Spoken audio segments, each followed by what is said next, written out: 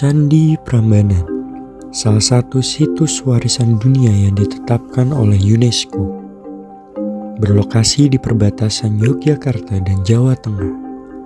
Candi ini merupakan candi Hindu terbesar di Indonesia. Bermula dari Candi Prambanan, muncul berbagai mitos atau legenda di antara masyarakat, yakni legenda Roro Jonggrang. Melalui legenda tersebut, dipercaya bahwa Candi Prambanan dibangun dalam satu malam. Namun, benarkah demikian? Candi Prambanan dibangun pada abad ke-9 Masehi pada masa kerajaan Mataram kuno. Candi Prambanan juga dikenal sebagai Candi Roro Jonggrang. Candi ini dibangun sebagai persembahan untuk Trimurti, tiga dewa utama dalam agama Hindu, yaitu Brahmana, dewa pencipta, Wisnu, dewa pemelihara, dan Siwa, dewa penghancur. Meskipun dibangun untuk Trimurti, pembangunan Candi Prambanan difokuskan kepada dewa Siwa. Dalam pembangunan tersebut, Candi Siwa dibangun sebagai bangunan utama. Candi Prambanan dibangun dengan menyusun batu andesit tanpa perekat. Penyusunan batu-batuan yang kokoh ini dilakukan dengan teknik penguncian antar batu. Pembangunan ini diperkirakan melibatkan ribuan pekerja, termasuk arsitek, pemahat, dan buruh dari wilayah kerajaan.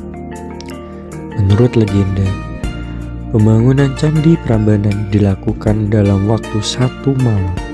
Akan tetapi, tidak ada catatan yang pasti mengenai hal tersebut. Pembangunan diperkirakan memakan waktu puluhan tahun hingga mencapai bentuk sempurnanya.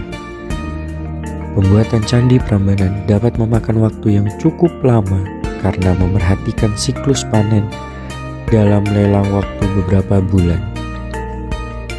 Siklus panen penting karena proses pembuatan candi dapat memakan sumber daya yang cukup besar, baik manusia, bahan bangunan, dan logistik. Dalam masyarakat agraris, sumber daya manusianya tentu berasal dari para petani. Jika banyak masyarakat yang bekerja membangun Candi Prambanan dalam masa panen, maka dapat terjadi kekurangan ketersediaan pangan. Candi Prambanan mulai mengalami kerusakan pada abad ke-10. Kerusakan ini diakibatkan oleh perpindahan pusat kerajaan Mataram kuno ke Jawa Timur. Perpindahan tersebut dilakukan oleh Empu Sindok karena berbagai dorongan yang menimpa kerajaan Mataram kuno, seperti serangan yang dilakukan oleh kerajaan Sriwijaya dan letusan Gunung Merapi yang hampir menghancurkan ibu kota kerajaan. Kerusakan ini semakin parah akibat gempa bumi dan letusan Gunung Merapi. Selain itu, batu-batu candi sempat dijarah oleh penduduk sekitar untuk membangun rumah pada masa kolonial. Pada akhirnya, Candi Prambanan ditemukan kembali pada tahun 1733 oleh seorang Belanda bernama C.A. Lons. Pemerintah kolonial Hindia Belanda mulai melakukan restorasi pada awal abad ke-20. Pemugaran utama berlangsung pada tahun 1930-an hingga pasca kemerdekaan Indonesia. Kini, Candi Prambanan menjadi salah satu situs warisan dunia UNESCO sejak tahun 1991. Candi Prambanan terdiri dari 3 zona utama. Ada zona luar, zona tengah, dan zona dalam. Zona luar atau Mandala Nista merupakan area tanpa bangunan dan digunakan untuk aktivitas masyarakat umum.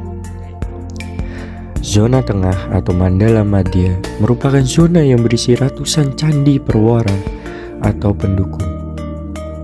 Lalu ada zona dalam atau Mandala Utama yaitu tempat candi utama dengan arsitektur megah dan sebagai pusat spiritualitas. Bangunan-bangunan Candi Prambanan merupakan konsep vertikal yang melambangkan perjalanan spiritual dari dunia fana menuju alam dewa. Dalam hal arsitektur, Candi Prambanan dibangun dengan menerapkan gaya Hindu Jawa. Candi Prambanan dibangun dengan ukiran relief yang menggambarkan kisah Ramayana dan kisah Krishnayana. Relief ini diukir pada dinding dalam pagar langkan di sepanjang lorong galeri yang mengelilingi 3 candi utama. Pengukiran relief dalam Candi Prambanan ini memiliki keunikan tersendiri, seperti setiap bagian ukiran di masing-masing relief yang sangat detail dan artistik, serta relief ini dibaca dari kanan ke kiri dengan gerakan searah jarum jam mengitari candi. Relief ini menjadi bukti keahlian seniman Jawa dalam mengukir batu dan menyampaikan cerita melalui seni pahat. Dalam bangunan Candi Prambanan terdapat relief yang mengisahkan epos Hindu, yaitu Krishnayana dan Ramayana. Relief tersebut diukir pada 3 bangunan candi yang terletak di pelataran dalam, yaitu Candi Wisnu, Candi Brahma, dan Candi Siwa. Candi Siwa adalah candi utama yang ada di tengah. Candi Siwa mempunyai selasar dengan lebar 1 meter yang mengelilingi candi. Selasar tersebut dilengkapi pagar atau lankan sehingga berbentuk seperti lorong tanpa atap. Pada bagian dalam dinding Candi Siwa terdapat relief Ramayana. Cerita tersebut dipahat searah jarum jam. Relief tersebut bermula dari kisah Wisnu yang diminta turun ke bumi oleh para raja untuk mengatasi kekacauan akibat Rahwana. Relief Ramayana yang ada pada Candi Siwa berakhir dengan adegan selesainya pembangunan jembatan melintasi samudra menuju negara Alengka. Cerita tersebut berlanjut pada dinding dalam Candi Brahma. Candi Brahma terletak di bagian selatan Candi Siwa. Ukiran Candi Brahma menceritakan peperangan Rama yang dibantu sang adik, yaitu Laksamana dan bala tentara Kera. Mereka melawan Rahwana untuk menyelamatkan Sinta, istri Rama yang diculik oleh Rahwana. Cerita berakhir ketika Sinta pergi mengembara ke dalam hutan setelah diusir Rama yang merasa ragu terhadap kesuciannya. Sinta melahirkan seorang putra di dalam hutan dengan perlindungan dari seorang pertapa. Di bagian utara Candi Siwa terdapat Candi Wisnu. Sepanjang dinding tubuh Candi Brahma dipenuhi pahatan yang menggambarkan Lokapala, sedangkan dinding dalam Candi Wisnu dihiasi relief Krishnayana. Candi Prambanan menggambarkan ajaran kosmologi Hindu mengenai alam semesta yang terbagi menjadi 3 zona, yaitu lapisan ranah, alam, atau loka. Relung-relung dan relief dalam Candi Prambanan mencerminkan nilai spiritual dari kisah epik Mahabharata serta Ramayana. Candi Prambanan dibangun dengan tujuan tertentu. Dalam hal keagamaan, Candi Prambanan menjadi tempat pemujaan Trimurti serta melambangkan pusat spiritualitas Hindu. Candi Prambanan juga menjadi simbol kekuasaan Raja Mataram kuno sebagai pelindung agama Hindu. Selain itu, Candi Prambanan dibangun sebagai simbol toleransi antar umat.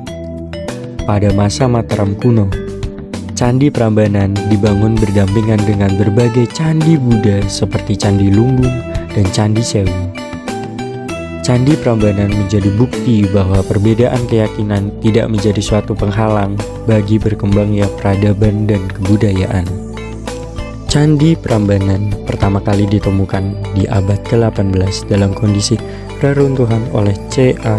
Lons. Setelah penemuan tersebut, Thomas Stamford Raffles, Gubernur Jenderal Hindia Belanda, memerintahkan penyelidikan lebih lanjut. Meskipun begitu, reruntuhan Candi Prambanan tetap terbengkalai hingga berpuluh-puluh tahun lamanya. Beberapa tahun kemudian, dilakukan pembongkaran batuan candi oleh Isaac Groneman. Pembongkaran dilakukan dengan menumpuk bebatuan candi di sekitar Sungai Opak. Restorasi Candi Prambanan dimulai pertama kali oleh pemerintah Hindia Belanda pada awal abad ke-20. Pada tahun 1902 sampai 1906, rekonstruksi pertama dilakukan oleh pemerintah Hindia Belanda. Rekonstruksi tersebut berfokus pada rekonstruksi Candi Siwa dengan batu asli yang tersisa. Setelah kemerdekaan, pemerintah Indonesia melanjutkan pemugaran secara menyeluruh. Pemugaran dilakukan pada tahun 1950-an, di mana pemerintah Indonesia melanjutkan rekonstruksi dengan bantuan UNESCO. Pemugaran dilakukan dengan prinsip anastilosis, yaitu menggunakan batu asli sebanyak mungkin. Dalam proses tersebut, Candi Siwa, Brahma, dan Wisnu direkonstruksi dengan tinggi masing-masing sekitar 47 meter. Perawatan rutin dilakukan untuk melindungi candi dari gempa, erosi, dan pengaruh lingkungan, dan Candi Prambanan ditetapkan sebagai situs warisan dunia UNESCO pada tahun 1991, sehingga mendapatkan perhatian internasional untuk konservasi. Walaupun Candi Prambanan dibangun berabad-abad tahun yang lalu, Candi Prambanan tetap membawa dampak positif bagi masyarakat. Bagi masyarakat Hindu modern di Indonesia, Candi Prambanan sering digunakan sebagai tempat untuk berbagai upacara. Upacara tersebut contohnya adalah upacara Tawur Agung Kesangna dan Melasti. Candi Prambanan juga dapat menjadi media pembelajaran agama Hindu bagi masyarakat. Candi Prambanan juga memberikan dampak dalam hal ekonomi. Dengan adanya Candi Prambanan, lapangan pekerjaan bagi masyarakat semakin bertambah. Selain itu, Candi Prambanan yang merupakan destinasi terkemuka di Indonesia dapat menarik daya tarik wisatawan asing dan meningkatkan pendapatan negara. Candi Prambanan pun juga membantu meningkatkan usaha kecil dan menengah di Indonesia. Candi Prambanan merupakan peninggalan berharga leluhur bangsa kita, menjadi bukti sejarah akan kejayaan dan kemajuan Nusantara. Bahkan, keindahan dan keagungannya menjadi daya tarik bagi wisatawan dari berbagai belahan dunia. Maka dari itu, perlulah kita memastikan kelestarian Candi Prambanan. Menjaganya, memastikan upaya konservasi tetap berlanjut. Sebuah mahakarya megah yang menghidupkan sejarah bangsa, mengajarkan nilai-nilai luhur dan menjaga jati diri bangsa.